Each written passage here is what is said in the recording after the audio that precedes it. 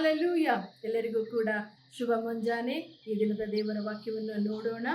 138ನೇ ಕೀರ್ತನೆ 7ನೆಯ ವಾಕ್ಯದಲ್ಲಿ ಈ ರೀತಿ ನೋಡ್ತೇವೆ.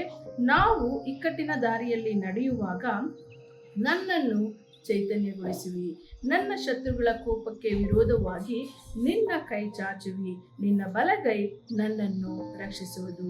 ಹೌದು ಪ್ರಿಯರೇ, ನಾವು ಇಕ್ಕಟ್ಟಿನ ಹಾದಿಯಲ್ಲಿ ಹೋಗುವಾಗ ಸಾಧಾರಣವಾಗಿ ನಾವು ಸೋತು ಹೋಗ್ತೇವೆ, ಬಲಹೀನರಾಗುತ್ತೇವೆ. ಇದು ಸಾಮಾನ್ಯವಾಗಿ ಪ್ರತಿಯೊಬ್ಬೊಬ್ಬ ಮನುಷ್ಯನಿಗೂ ಕೂಡ ಉಂಟಾಗುವಂತ ಒಂದು ಕಾರ್ಯವಾಗಿದೆ. ಆದರೆ ಈ ಒಂದು ಸಮಯದಲ್ಲಿಯೂ ಕೂಡ ನಮ್ಮನ್ನು ಚೈತನ್ಯ ಪಡಿಸುವುದಕ್ಕಾಗಿ ನಮಗಾಗಿ ಒಬ್ಬ ದೇವರಿದ್ದಾರೆ, ಆತನೇ ಯೇಸು ಕ್ರಿಸ್ತನು. ದಾವೀದನ ಕೀರ್ತನೆಯಲ್ಲಿ ನಾವು ಈ ಒಂದು ವಾಕ್ಯವನ್ನ ಓದೋರಾಗಿದ್ದೇವೆ. ದಾವೀದನ ಜೀವಿತದಲ್ಲಿ ಕಂಡಂತಹ ಅನುಭವಿಸಿದಂತಹ ಕಾರ್ಯಗಳನ್ನು ಆತನಲ್ಲಿ ವಿವರಿಸಿ ಹೇಳ್ತಿದ್ದಾನೆ. ಆತನು ಹೇಳ್ತಿದ್ದಾನೆ, ಇಕ್ಕಟ್ಟಿನ ದಾರಿಯಲ್ಲಿ ನಡೆಯುವಾಗ ನನ್ನನ್ನು ಚೈತನ್ಯಗೊಳಿಸಿವಿ. ಎಂತಹ ಒಂದು ಭರವಸೆ ದಾವೀದನಿಗೆ ದೇವರ ಮೇಲೆ ಇದ್ದಂತಾಗಿತ್ತು.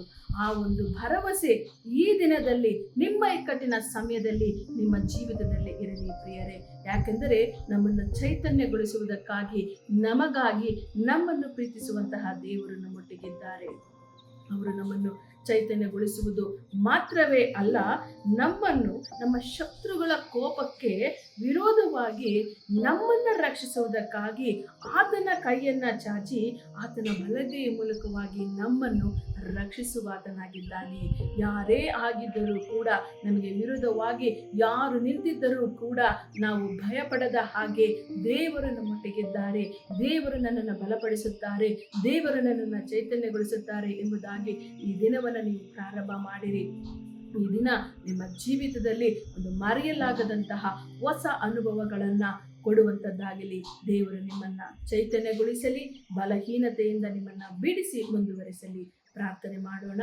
ಸ್ತೋತ್ರ ಕರ್ತನೆ, ನೀವು ಹೇಳಿರುವಂತಹ ವಾಗ್ದಾನದ ಪ್ರಕಾರವಾಗಿ ದಾವೀದನು ಹೇಳಿದ ರೀತಿಯಲ್ಲಿ ಸ್ವಾಮಿ ಕರ್ತನೆ, ನಮ್ಮ ಇಕ್ಕಟ್ಟಿನ ಸಮಯದಲ್ಲಿ ನಮ್ಮೆಲ್ಲರನ್ನ ಕರ್ತನೆ ನೀವು ಬಿಡಿಸಿ ನಮ್ಮೆಲ್ಲರನ್ನ ಚೈತನ್ಯಗೊಳಿಸಬೇಕಾಗಿ, ವಿಶೇಷವಾಗಿ ಸ್ವಾಮಿ ಯಾರೆಲ್ಲ ಕರ್ತನೆ ಆತಂಕಕ್ಕೊಳಗಾಗಿ ಬಲಹೀನರಾಗಿದ್ದಾರೋ, ಕುಗ್ಗಿ ಹೋಗಿದ್ದಾರೋ ಅವರೆಲ್ಲರನ್ನ ಕರ್ತನೆ ನೀನು ಹೊಸ ಬಲದಿಂದ, ಚೈತನ್ಯದಿಂದ ತುಂಬಿಸಿ ಅವರನ್ನ ಎಬ್ಬಿಸಿ ಕರ್ತನೆ ಈ ದಿನವನ್ನ ಅವರು ಸಂತೋಷವಾಗಿ ಅನುಭವಿಸುವಂತೆ ಆಶೀರ್ವದಿಸಬೇಕಾಗಿ ಯೇಸು ಕ್ರಿಸ್ತನ ನಾಮದಲ್ಲಿ ಪ್ರಾರ್ಥಿಸಿ ಬೇಡಿ ಹೊಂದಿದ್ದೇವೆ ಕರ್ತನೆ. ಆಮೆನ್.